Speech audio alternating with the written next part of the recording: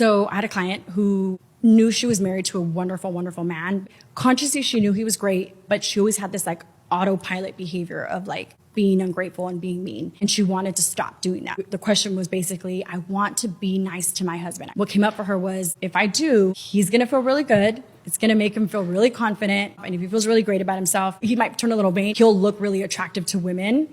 And then he'll want to cheat. And if he cheats, he's going to leave her. And if he leaves her, she'll be abandoned, just like she was when her mom died and her father went to prison. These experiences in her past where she was abandoned are creating this idea that if she was nice to someone, they were going to leave her. See, fellas, this is why it's important to know a woman's past. Not just her body count or whatever, but to know if she has any trauma, any unhealed trauma that she's holding on to. You know, as you heard in the example, this lady, she doesn't like for her husband to be happy because of the fear that if he's too happy, if he feels too good, that he might eventually leave her like her parents left her. See what I'm saying? So, hey, ask these women these hard-hitting questions. Get to know her past before you actually settle down with these women. Scale of 1 to 10, what would you rate this guy right here? Be for real. A 2? I'm gonna give him a 1. Alright, so what would you rate yourself? I'll give myself a 7. You think other people feel the same way too? What would you rate that girl right there? Why are you laughing? Why are you laughing? I mean, like a 2. Problem with passport bros.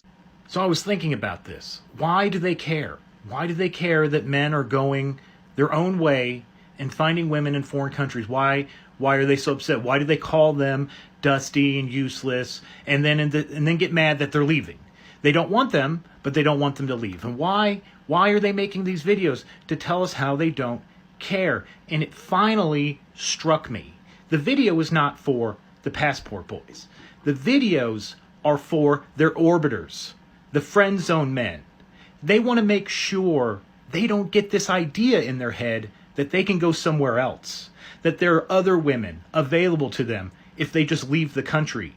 They need these men to stay in their orbit, to keep validating them. That is what they're terrified, is they will lose the influence they have amongst the few men who still put up with them. You know what, fellas? I think he might have a point. You know, I never thought about it like that. Maybe these women who make videos about passport bros are not actually for passport bros.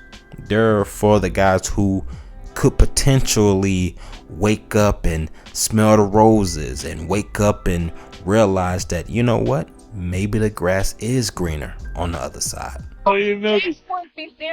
They got the bread to do it. I hate that people just always equate like a weaker man, so to speak, with that means he don't got bread. No, they be the main ones who got bread. Like they just don't get girls. Girls don't pay them no mind. They're not having swagged out broke boy than to take one of them who could really, like I said, support you with let you. I don't mean to offend any woman, but it's very difficult for me to listen to a woman because she argues from the place she's at. Not the place she either should be going or the place she should have been. Because the only way you're going to help the people coming up behind you is to acknowledge what you've done wrong, the mistakes you've made, the places you wish you'd have went left, but you went right.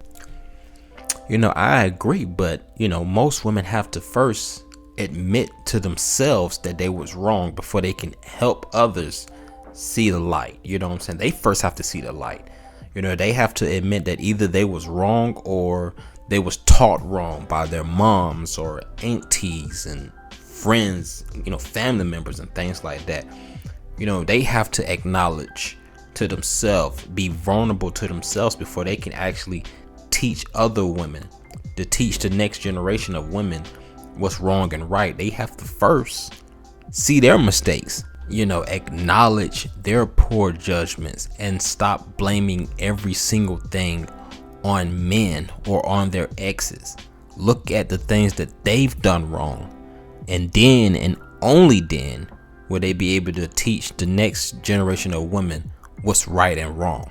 The only kind of revenge that you could get on a woman is this: say goodbye politely, keep working hard, increase your value as a man, wait 3 years, 4 years, 6 years, 11 years, and wait till you are the man. And she's just now some chick, 28, 29. She's like, Tristan, you know, it should have always been you. Then you can either tell her no or break her heart again. This basketball player's girlfriend broke up with him because he didn't get drafted into the NBA, and you won't believe what happens next. Christian Wood went undrafted in the NBA in 2015, even though people were expecting him to get picked up first round. That night, his girlfriend literally left him because he didn't get drafted. Well, she really messed up because this year he signed a $41 million contract with the Rockets. Now be sure to hit that follow button if you like money. Yeah, so the crazy thing about this story is that he actually got his heart broken twice that night.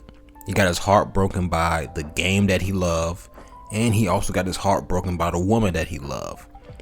But also often you hear stories about guys who, you know, dealing with heartbreaks and then they just go beast mode in the gym or beast mode in their career or beast mode in life.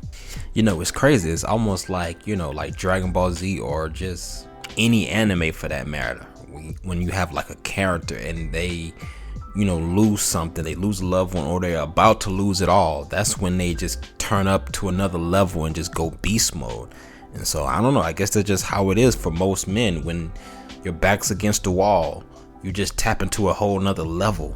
So hey man, you know, shout out to Christian Wood for, you know, tapping into that beast mode, and you know, now he's living out his dreams. Thank you, appreciate it. No. What do you do? Because I work in tech, so. I mean, I'm retired, so. Married? Married?